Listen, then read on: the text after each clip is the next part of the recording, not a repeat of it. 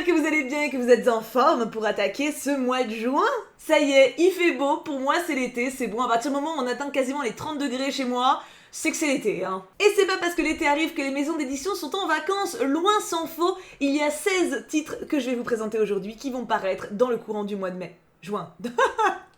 J'ai un truc à redire dans cette vidéo, c'est le mois, et ça j'arrive à la rater. Le mois de juin, bien sûr. Même si mai, en vrai, sans doute que c'est parce qu'il y a eu plein de sorties stylées, du coup ça m'a habité un peu plus longtemps que de raison. J'espère que vous êtes en forme, que vous êtes prêts à claquer du pognon. On est parti pour les sorties intéressantes du mois de juin. Alors quand je dis sorties intéressantes, je reprécise, c'est une sélection que j'ai faite parce qu'il y en a plusieurs centaines, et que bien évidemment, je peux pas tout dire, surtout qu'il y a beaucoup de livres de cul, donc en soi ça serait relativement redondant. J'en ai donc sélectionné 16 en tout, qui je pense vont m'intéresser moi et vont potentiellement vous intéresser vous. Et on commence le mois en beauté avec 3 sorties le 1er juin. On commence très fort, je vous préviens, accrochez vos ceintures.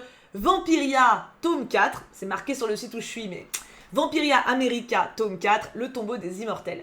Alors, je ne suis pas persuadée que ce soit un tome 4 vraiment, j'ai l'impression plutôt que c'est un autre arc, et je ne sais pas si du coup il faudra avoir lu les 3 tomes précédents pour le comprendre. Puisqu'en gros, la saga de Vampiria, les 3 premiers tomes, je les ai lus personnellement, je les ai empruntés en médiathèque, ça se passe à Versailles avec Louis XIV qui est devenu un vampire, ce qui fait que le temps c'est entre guillemets figé à cette époque-là, et 300 ans plus tard, on est toujours sous Louis XIV. Là, du coup, ça se passe aux États-Unis et justement, l'Amérique n'a jamais déclaré son indépendance. Et l'histoire est également figée, mais je pense que c'est un arc totalement différent et qu'il n'y a pas besoin d'avoir lu les 3 premiers pour le comprendre, puisque du coup c'est pas le même continent, c'est pas la même histoire avec un grand H. Donc, est-ce qu'il faut avoir lu les 3 premiers? J'aurais tendance à dire que non, même s'il est indiqué tome 4 parce que c'est la même saga. Néanmoins, je ne serais pas étonnée qu'il y ait des clins d'œil à la première trilogie, ou même que des personnages de la première trilogie fassent irruption dans celle-ci. C'est pas déconnant, avec un voyage en bateau, bim, etc. Donc, j'aurais tendance à conseiller d'avoir quand même lu la première trilogie avant d'attaquer celui-ci, mais normalement, ça part sur une histoire différente.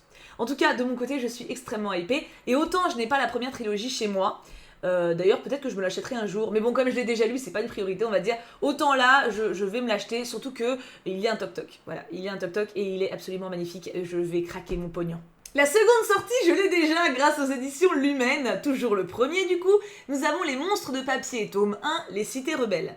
Celui-ci, il a une vibe Ghibli à 500 000 km, c'est l'histoire de Kurara qui vit dans un hôtel, je pense que c'est ce qu'on voit sur la couverture, une espèce de grand château hors du temps qui me fait énormément penser à Chihiro de mon côté, et elle a un ami qui peut faire vivre des créations de papier. Elle va partir dans une intrigue assez ouf pour protéger son entourage. Voilà, ça me plaît beaucoup, je l'ai déjà, donc je suis très contente, ça me fera ça d'économiser, et je vais clairement le découvrir le plus vite possible. Un petit dernier qui a l'air tout mignon, même si je n'ai pas de synopsis, mais j'avoue que la couverture a suffi pour que j'ai envie de vous en parler. Un manga qui s'appelle Step by Step Sarah, voilà. Et sur la couverture, vous avez une enfant qui court avec une bouille toute mignonne, un chien et un dragon. Ça ne peut pas mal se passer. Le 2 juin... Keleana tome 6. Alors, je suis très hypée alors que je viens de recevoir uniquement le tome 1. Donc je ne suis pas du tout à jour dans cette saga, mais c'est un Sarajimas et je sais que c'est une saga qui est très suivie par beaucoup d'entre vous. Donc voilà, je vous annonce officiellement, si vous ne le saviez pas encore, le 2 juin, le tome 6 arrive. Et je vous rattraperai, Ah, mais je vais vous rattraper d'ici la sortie du tome 7. J'aurai le temps, je pense. Le 7 juin, il y a 4 sorties, dont une que j'attendais, qu'on est tout plein à avoir attendu, je pense. Sorcery of Sounds, tome 2. Oui, ça y est, il est là. Enfin, il est bientôt là. La couve est trop belle et l'histoire est géniale, puisque, en tout cas, non, l'histoire de celui-là, j'en sais rien, mais l'histoire du tome 1 est absolument géniale. Je décède d'impatience de retrouver Elisabeth et Nathaniel, et peut-être un autre personnage. On espère. On espère fort. Et du coup voilà, je suis trop impatiente, c'est génial. Oui, on va retrouver nos petits bébés. Et j'aime beaucoup la plume de Margaret Rogerson, même si Vespertine m'a laissé un peu en dehors. J'ai quand même été hyper amoureuse de son style dans Sorcery of Sounds, donc je suis extrêmement confiante sur ce tome 2. Peut-être ne devrais-je pas, mais j'ai envie d'y croire. Le même jour, vous avez L'Heure Olympus, tome 4. Je sais que c'est une saga qui est très suivie et très aimée. De mon côté, j'avais lu le début du webtoon, enfin j'avais lu pas mal, mine de rien, peut-être un tiers du truc. J'étais quand même allée assez loin, mais clairement pas assez pour suivre toute l'histoire. Et c'est un webtoon que j'aime beaucoup. J'avoue que de mon côté, je trouve que les éditions sont très pâles au niveau des couleurs, alors que dans le webtoon, justement, elles sont hyper vives. Je trouve ça un peu dommage, c'est pour ça que de mon côté j'ai pas craqué, même si l'idée de les avoir en papier me tente, mais ça m'emmerde un petit peu. Peut-être que ça se rectifie par la suite, hein, mais les 2 premiers en tout cas j'ai feuilleté et j'ai trouvé ça très fade. Du coup je suis un peu titillée de mon côté, voilà, est-ce que je craque ou pas, en sachant que je trouve qu'il y a un manque de budget par rapport aux soins des illustrations qui me fait chier, on va être honnête, hein. Mais je sais que vous êtes plein à collectionner la saga et que vous êtes plein à attendre la suite, donc le tome 4 arrive et en plus la couverture est magnifique. On continue dans les bonnes nouvelles avec le tome 2 de Lou Somata. Le tome 1 est sorti il y a un moment maintenant et je suis hyper impatiente d'avoir le tome 2. Je pense que je l'aurai de la part de Glénat, je ne sais plus s'il était dans le formulaire que j'ai rempli, mais j'espère parce que j'adore. Le premier tome de Lou Sonata était vraiment hyper doux, hyper intéressant et ouais, hyper chou, donc du coup bah forcément le 2 me hype beaucoup.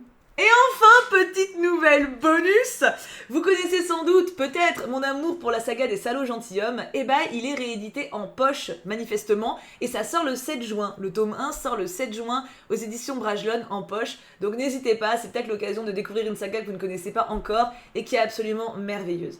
J'étais obligée d'en parler, j'étais obligée. Le 7 juin, vous êtes rentré de librairie avec tout plein de livres, et bah bim, il faut y retourner le 8. Ah bah il faut parce que, enfin, Les Sables d'Arawiya, tome 2, sort. Oui, il était annoncé à la base il y a quelques mois et en fait il a été décalé, ce qui n'est pas plus mal hein, si c'est pour nous permettre d'avoir un travail de qualité. Hein. Moi, aucun problème avec le fait que ce soit décalé, hein, vraiment, je le vis très bien. Par contre, du coup, je suis très impatiente. J'avais beaucoup aimé le tome 1 et du coup, j'ai très hâte de découvrir le tome 2, surtout que je me rends compte que je m'en rappelle vraiment bien.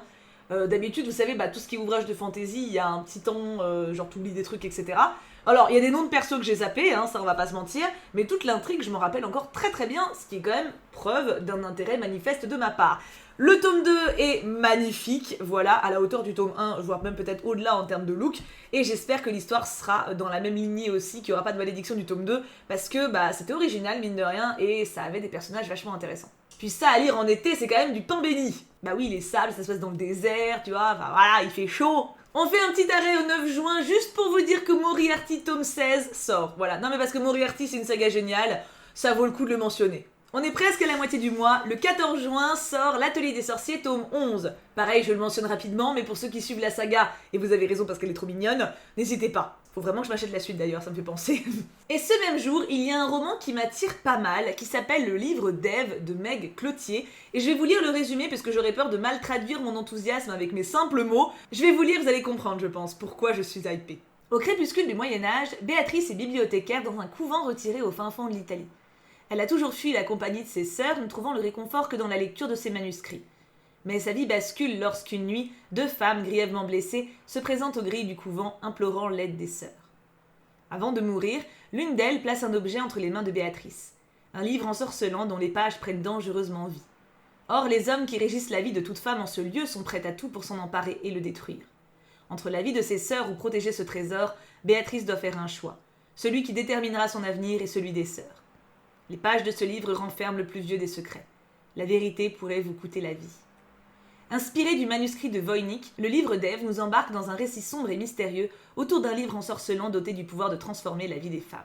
Et il y a 36 000 bonnes critiques en dessous qui dit « Entre la servante écarlate et le nom de la rose, obsédant, magique, envoûtant, le cœur de ces récits est la force et la solidarité féminine. » Voilà, donc il y a un petit peu tous les arcs qui m'intéressent. En plus, apparemment, c'est inspiré de quelque chose qui a vraiment existé aussi. J'aime bien ce type de réécriture. Donc voilà, mon enthousiasme est présent. Rendez-vous le 14 juin. En plus, pour le coup, lui, j'en avais absolument jamais entendu parler. Donc j'ai découvert en chinant pour les sorties. Et je suis bien contente. Le 15 juin, pile la moitié du mois cette fois-ci, c'est Plaisirs violents de Chloé Gong. Nous sommes sur une réécriture de Roméo et Juliette. Je crois que c'est en Chine, oui c'est à Shanghai, c'est ça, Chine tourmentée des années 20. Alors, je vous avoue qu'avec un titre pareil, s'il n'y a pas de cul, je suis scandalisée. Hein. Donc, alors, je ne l'achèterai pas, lui, pour le coup, en tout cas pas tout de suite. Je vais vous laisser y aller en crash test, et vous me direz si c'est bien. Ah bah c'est de bonne guerre. Ah non mais écoutez, moi je me dévoue pour plein de trucs. Celui-là, après il est beau, la couverture est belle, et le synopsis a l'air sympa, mais il faut voir parce que réécriture de Roméo et Juliette, bon déjà c'est très vite convenu, parce que du coup on sait comment ça commence, comment ça finit, etc. Il faut voir si vraiment le style a quelque chose de particulier, quoi. En dehors des scènes de cul potentielles. Je continue dans les infos qui vont vous intéresser, vous. Il y a le tome 3 de la saga d'Oren qui sort le 21 juin et elle s'appelle Glim. Et c'est le premier tome, d'ailleurs je l'ai reçu il y a très peu de temps de la part d'un d'entre vous, Guild, il me semble, avec la réécriture du roi Midas. Et bah là c'est le tome 3. Beaucoup de gens m'ont dit que le tome 1 était pas fou du tout, que le tome 2 était très bien. Reste à voir ce que vous réservera le tome 3. De mon côté, faut déjà que je lise le 1 avant de me chauffer pour la suite, donc ça sera pas pour moi ce mois-ci, mais qui sait, j'aurai peut-être un coup de cœur. J'avoue que j'y crois bof, mais tout est possible. Et le même jour, vous avez Le chat qui rendait l'homme heureux, tome 8. Oui, petite saga doudou trop mignonne entre un monsieur qui a perdu sa femme et un chat qui a été abandonné, et qui s'encouragent l'un l'autre à refaire confiance et à ouvrir leur cœur. C'est beaucoup trop chou. Et en plus, c'est très drôle. Et enfin, dernière sortie du mois, le 29 juin, donc vraiment tout au bout, Beast of Prey, tome 2. Alors, de mon côté, je n'ai pas encore lu le tome 1, mais je l'ai dans ma palle. Donc, mon objectif, quoi qu'il arrive, c'est de lire Beast of Prey, tome 1, avant le 29 juin. Comme ça, je sais. Si je suis hyper fan et que j'adore, bim, ou même si j'aime beaucoup, je peux m'acheter la suite. Et si je m'en fous, eh ben je sais que je dois passer outre. C'est un peu ma seule obligation de juin, du coup. C'est caser Beast of Prey. Et c'est terminé pour ce mois-ci. Alors, il y a sans doute plein de titres que je n'ai pas mentionnés, mais je ne peux pas tout voir. N'hésitez donc pas à compléter en commentaire si jamais il y a des sorties qui vous intéressent, qui vont arriver. Comme ça, bim, à nous tous, on regroupe toutes les sources intéressantes. Bien entendu, j'attends également de savoir s'il y a des sorties qui vous bottent. Est-ce que vous comptez claquer votre pognon ou pas ce mois-ci? Et si oui, pour quel titre? Ah bah sinon c'est pas drôle. Je vous laisse donc là, je vous fais plein de bisous et j'ai hâte de vous lire. Mouah, bisous tout plein.